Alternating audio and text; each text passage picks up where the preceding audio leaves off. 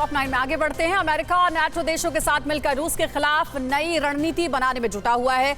अगले हफ्ते बेल्जियम में नाटो देशों की इमरजेंसी मीटिंग हो सकती है। व्हाइट हाउस सूत्रों के मुताबिक 23 मार्च को यह बैठक हो सकती है, जिसमें अमेरिकी राष्ट्रपति जो बाइडेन भी शामिल हो सकते हैं। वहीं दूसरी ओर यूक्रेन के खिलाफ युद्ध को लेकर पुतिन अपने ही देश में घिरते नजर आ रहे हैं।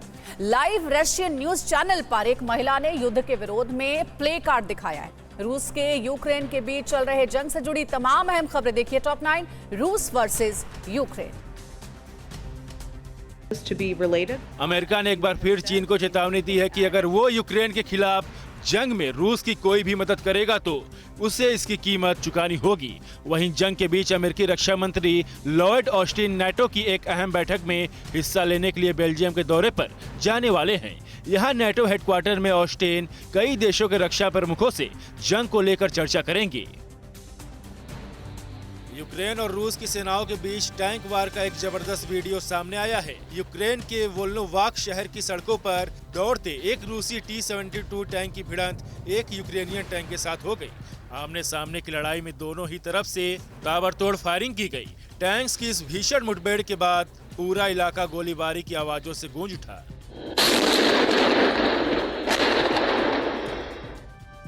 यूक्रेन की आर्मी डोनेट्स्क में रूस समर्थित विद्रोहियों पर ताबड़तोड़ हमले कर रही है, लेकिन रूस ने आरोप लगाया है कि यूक्रेन की सेना डोनेट्स्क के आबादी वाले इलाकों में बम बरसा रही है, जिसमें आम लोगों को निशाना बनाया जा रहा है।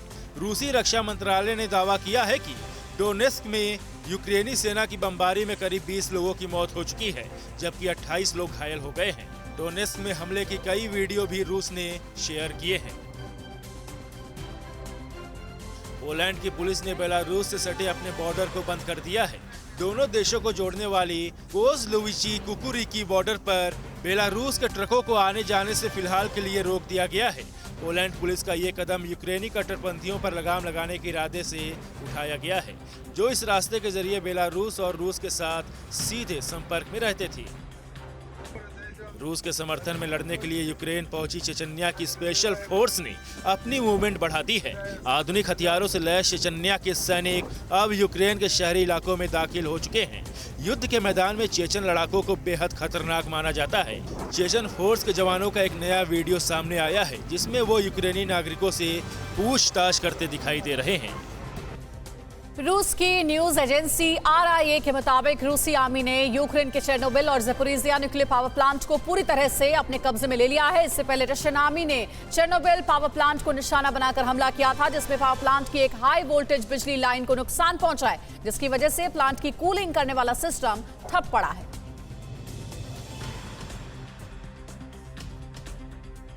यूक्रेन से युद्ध छेड़ने वाले पुतिन के खिलाफ उठ रही विरोध की आवाज को कुचलने के लिए अब रशियन सरकार बल प्रयोग करने पर उतारू हो गई है।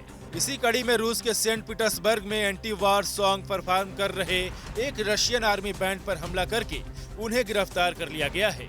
यूक्रेन के खिलाफ जंग शुरू करने वाली रूसी राष्ट्रपति का दुनिया के कई देशों के साथ साथ उनके अपने देश में भी भारी विरोध हो रहा है। रशियन डिफेंस मिनिस्ट्री ने दावा किया कि युद्ध के बीच करीब 26 लाख यूक्रेनी नागरिकों ने रूस और बेलारूस से शरण मांगी है। ये लोग जंग का मैदान बने यूक्रेन को छोड़कर रूस में बसना चाहते हैं। वहीं युद्ध की आंच में झुलस रहे यूक्रेनी नागरिकों का दूसरे देशों की ओर पलायन बढ़ता ही जा रहा है। संयुक्त राष्ट्र के मुताबिक अब तक करीब 27 लाख यूक्रेनी नागरिक अपना देश छोड़ चुके हैं, जिसमें सबसे ज्यादा करीब 18 लाख लोग पोलैंड में शरणार्थी बने हैं।